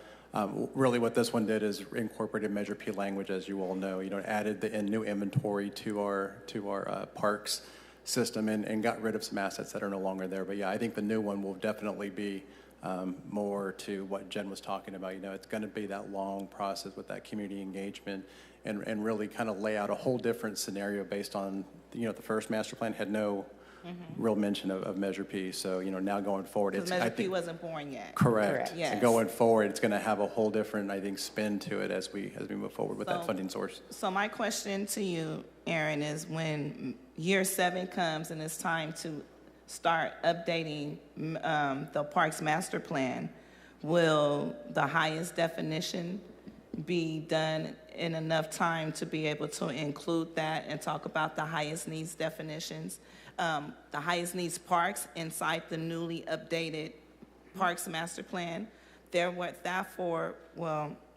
way it can inform the public of the highest needs parks in their area that are going to receive funding from Measure P, and they're also listed inside the Parks Master Plan. And you're talking about the one that we're working on this year, right? Yeah, so if we're looking at that point, it would get adopted January 1st of 2025. As we move into 28, it would probably have mention of that, but then at the same time, I don't know if it would require a technical amendment kind of like this one does as we change that definition down the road. But I definitely feel as if that new Parks Master Plan would have mention of the highest needs and list what those highest needs maps are, equity factors, and so forth. Is it a way to align it with the definition so it can reflect the newest definition of the highest needs parks? I think the tricky part with that is just timing, right? As we define it and as we get towards that 3-year mark, guess what? Time for a new definition, right? But if we're working on this every 10 years and you're going to start in year 7, could we? Oh, I see what you're saying. Yeah. Yes. Can we align it to where once it's completed, the newly definition of the highest needs parks is incorporated? We can definitely try to go down that path as we go through, and until we adopt that definition from you all and then ultimately council. It just kind of depends where we are in the Parks Master Plan, because as Jen mentioned, this does take years of planning. I think the last one started 15 probably. Let me ask the Assistant City Manager. I think she was in. I can tell you it started in 2013, 2014, when we first brought attention to the Parks Master Plan not being updated since 1989.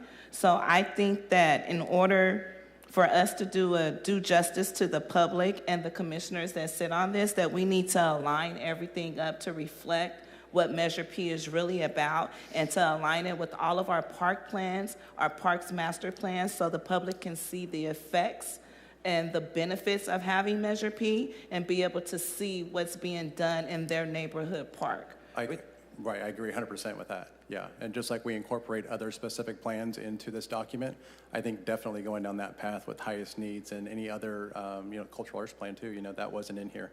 Getting all that in here will definitely be something that is beneficial to this document. Chair McCoy, can I ask a question? Yes, can Jen I was just going to say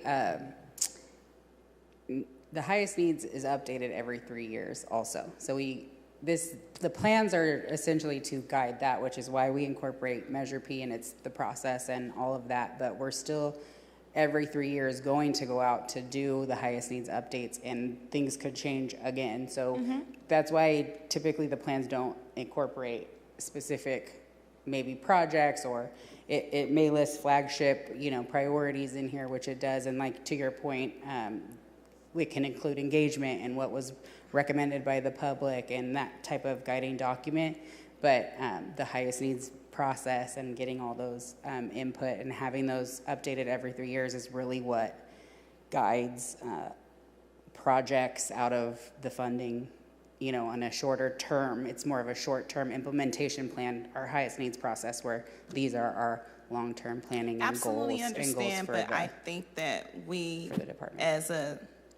as big as our Parks Department is and how much funding we have coming from Measure P, and I'm going to take my chair hat off now and talk from a point of a resident, because I am a resident and I do visit our city parks, that I would like to see a timeline done to where it's reflecting how Measure P is being spent. It's reflecting the definition of the highest needs in the Parks Master Plan. It's reflecting, so lining up our timelines to be able to reflect that.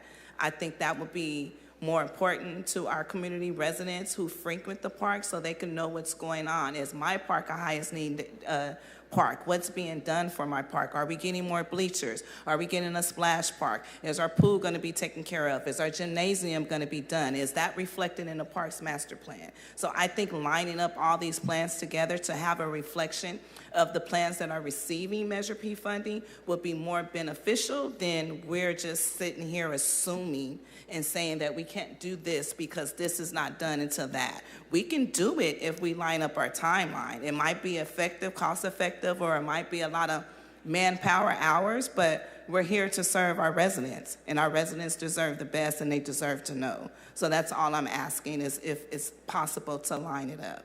And Chair McCoy, I think to that point there too, one thing that this plan is currently missing and will miss until we do the new Parks Master Plan is a 5-year CIP project list.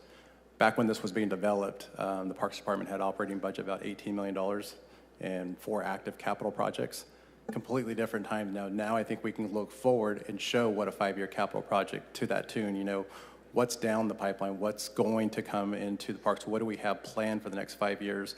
In some cases, maybe even longer, but at the same time, and that's going to be something that we have to continually update. I think it'll give us a snapshot up front of what that 5-year CIP list looks like. And then at that point going forward, I think it's really going to be the commission and the communication from the department on kind of what are the next steps. But I think the first kind of snapshot, first glance, will definitely have a good 5-year kind of look ahead of capital projects and where those may be going. Just asking a question, because that's something I would like to see as a resident, not chair of this commission, but just a resident of the city of Fresno, someone who frequents parks, someone who advocates for West Fresno and their parks. I think that would be something that's beneficial, because then we can actually see and read and visualize the improvements that are being done in parks. Instead of just hearing it, we can see it, we can read it, and we can drive around the parks and hold the Parks Department accountable if we don't see any improvements in our neighborhood parks. Yeah, and I will just caution you on that 5-year capital plan, you know, council approves the budget every fiscal year, correct? The remaining years are not committed dollars. We can have that plan, but until those dollars are allocated by council, that's the year we're working off of. So we can definitely plan and look ahead, but not all of it at times, you know, come to fruition. Very understandable. Thank you. Commissioner Dolan. I think it's important to realize what the master plan is and isn't. And it's not intended to be a granular document. It's intended to be sort of an outline of priorities. So I hear what you're saying, and I think we do need to make sure that we are constantly informing the CIP and others with the highest need networks, highest need neighborhood definition as it changes every 3 years or it's updated every 3 years. I think the master plan is actually conceived to be broad enough to include that as a priority no matter what that definition is every 3 years. And I think maybe that's what is being struggled with right now. So just as a comment, I'm not as a debate. No, I understand, but I'm just, for someone who's been working on parks since 2012, 2013, I know that the Parks Master Plan guides the Parks Department on investments and how parks are going to be upkept. And with the addition of Measure P, I think we owe a due diligence to the public to incorporate that and for them to see it, and that is incorporated in the Parks Master Plan, and that the Parks Master Plan is being updated in a timely manner, and it's incorporating all the buckets of Measure P inside the Parks Master Plan in order for it to be beneficial to the public and in order for the residents to be able to hold the Parks Department accountable. Sure. So I'm not debating, I'm just asking questions as a resident, not the chair of this commission. No, I totally understand. I guess I'm just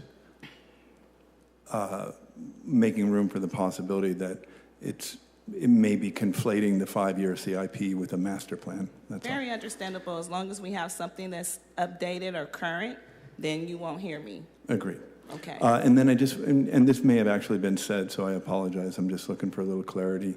I believe we said this last iteration of the master plan goes back to 2018. Is that what we said? In 2018. Okay. So if it is a 10-year time horizon, that means we're pretty much hitting the mark for the development of the next iteration of this, correct? Mm-hmm. And you guys are in that process now, or we're about to start that process? Is that fair? 10 years is essentially a guiding it's not right. Yes, though, to answer your question. Okay. Yes. Because even though we are making modifications to it now, technical modifications to reflect Measure P. Correct. It will is still still be good it's not until the next one's resetting adopted, which could exactly. be years from now. Okay, just wanted to clarify that. Thank you. Vice Chair Ward. Thank you. Yeah, I wanted to express my appreciation for the work that's been done, and Also, to amplify Chair McCoy's points, I think that to make the master plan a little bit less academic and more useful for members of the community, it would be helpful to include kind of that information, maybe in appendixes, to show what's been accomplished over the years that this has been, Measure P's been implemented, and kind of help demonstrate to the public what's being considered and what's been achieved and where things are kind of going. And then I think we can probably on the cultural arts plan side, where that has a 5-year shelf life and update, we could hopefully maybe accommodate some of those same thoughts in an appendix to that plan as well. Thank you. Yeah, I was thinking the same thing, like cultural arts plan is guiding the grant, but thanks. Thank you. Do we have any more questions? Thank you, ladies. Thank you. I would like to go out to the public and ask, would any member of the public like to provide a comment regarding this item? You will have up to 3 minutes for comment. We have Lisa Flores online. Hi, Lisa. You have 3 minutes.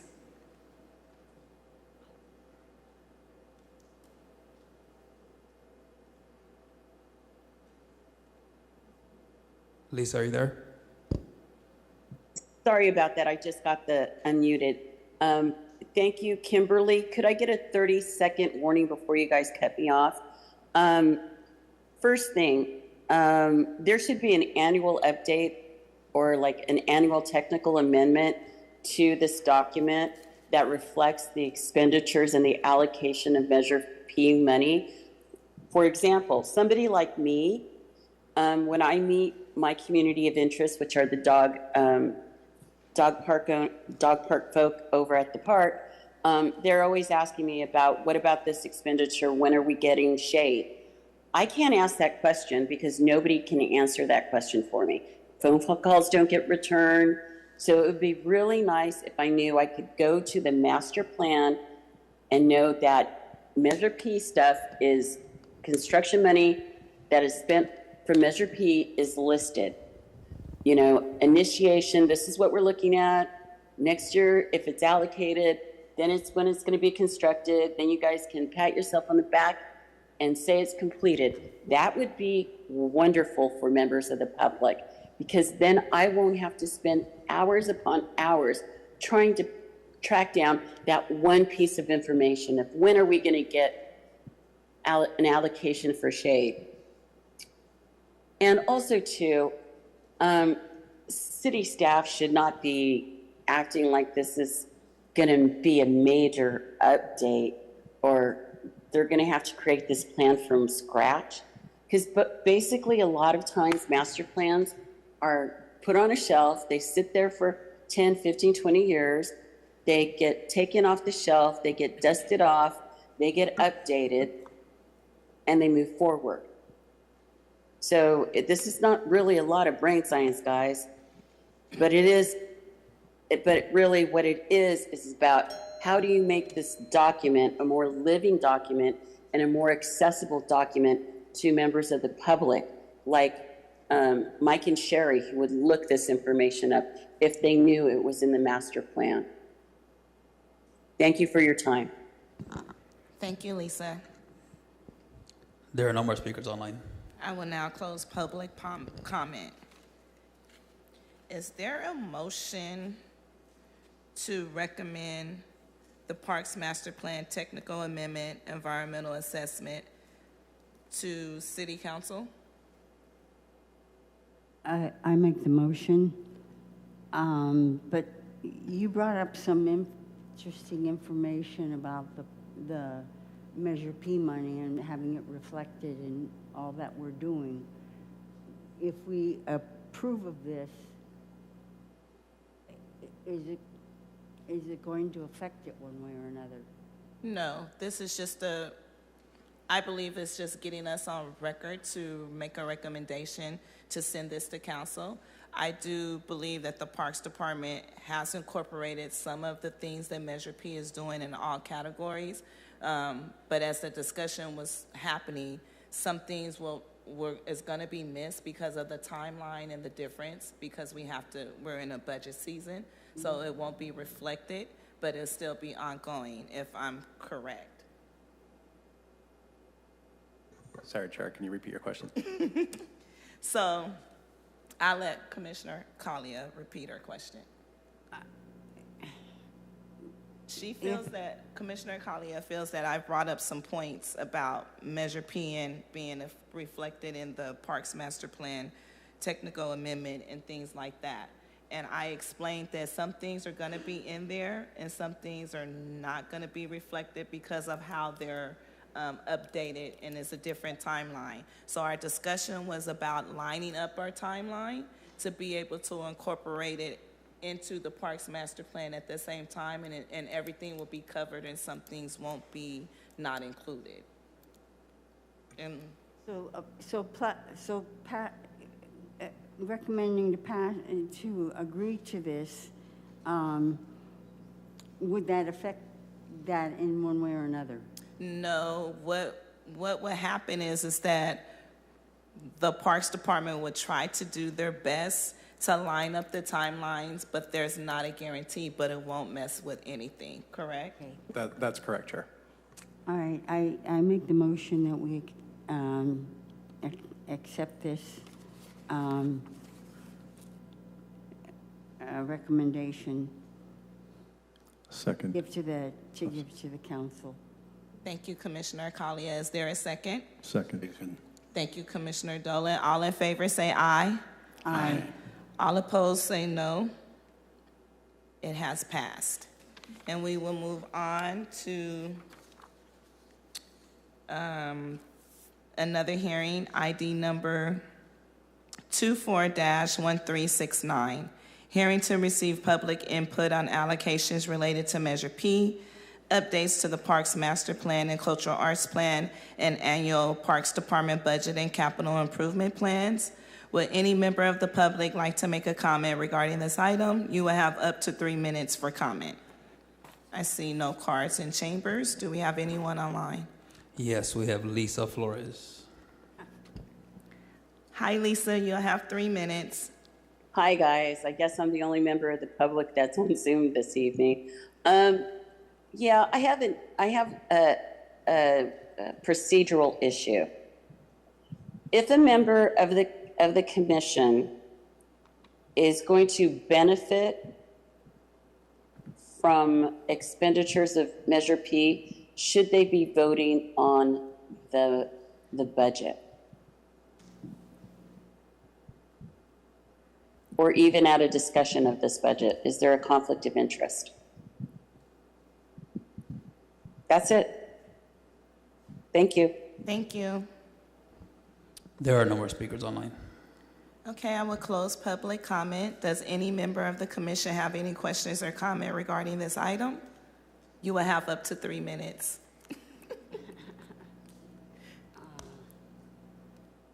All right, so I will. She brought up the issue of conflict of interest. Is there any room for that at all, or? So we all have special interests and we all have our neighborhoods that we advocate for. And when we feel that there is going to be a conflict of interest, we will excuse ourselves from the vote. So that has always been rule. Right. Okay, thank you. You're welcome. Any other questions in regards to this item? All right, it is 7:36, and I will adjourn the meeting like I always do in the memory of Dr. Francine Apuda. She is very missed. Thank you for attending. Enjoy the rest of your evening with your family.